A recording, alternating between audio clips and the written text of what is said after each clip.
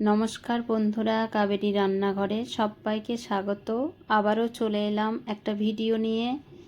আমি আজ বানাবো ডিশ ওয়াশ। বাড়িতে কিভাবে ডিশ ওয়াশ বানানো যায় সেটাই আপনাদের সঙ্গে আজকে আমি শেয়ার করব।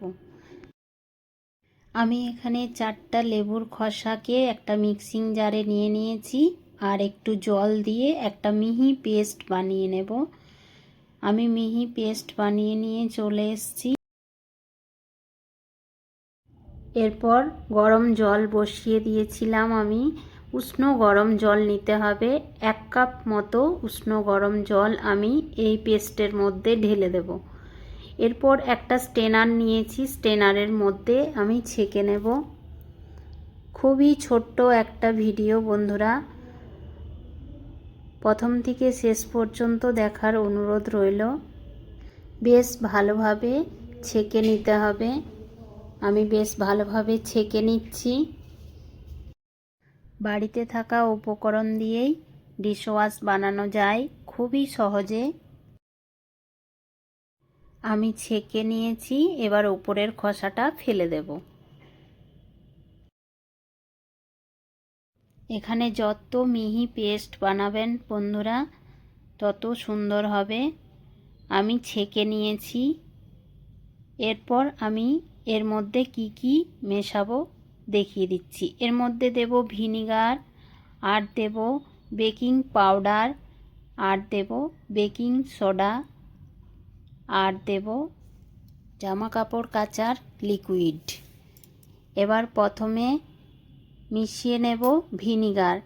1 বাটি ভিনিগার নিয়েছি, আর নিয়েছি 2 চামচের মতো বেকিং সোডা, আর নিয়েছি 1.5 চামচের মতো বেকিং পাউডার।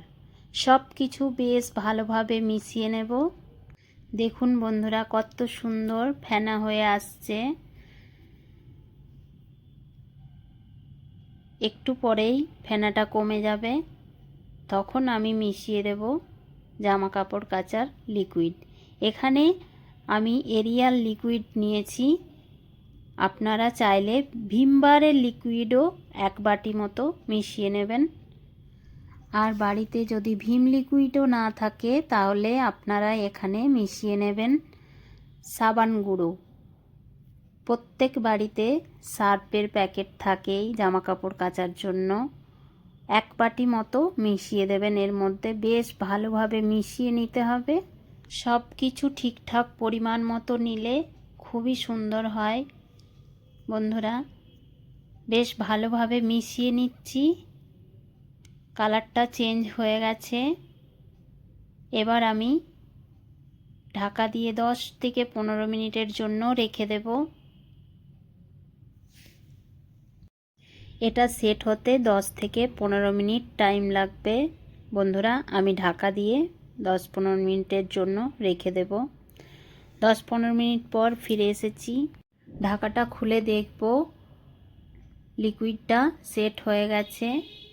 ডিশ ওয়াশটা আমার রেডি হয়ে গেছে।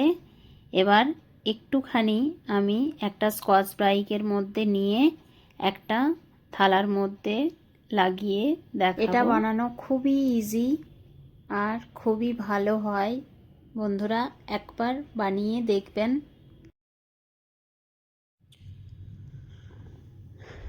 এবার আমি একটা খালি বোতল, ভিমবারের বোতল নিয়ে নেব, তার মধ্যে ভরে রেখে দেব। আর যখন লাগবে তখনই আমি ব্যবহার করতে পারবো। একটা বোতল নিয়ে নিয়েছি আর একটা ফানেল নিয়েছি, কেননা বোতলের মুখটা সরু তো তাই জন্য ভরতে হবে। এরপর আমি ভরে নেব। 4টা লেবুর খোসা দিয়ে কতটা পরিমাণে ডিশ ওয়াশ আমি বানিয়ে নিলাম বাড়িতে। প্লিজ আমার ভিডিওগুলো যদি আপনাদের ভালো লেগে থাকে তাহলে লাইক, শেয়ার, সাবস্ক্রাইব, কমেন্ট করবেন। এতক্ষণ ধরে ধৈর্য ধরে আমার ভিডিওটি দেখার জন্য অসংখ্য অসংখ্য ধন্যবাদ সকল বন্ধুদের।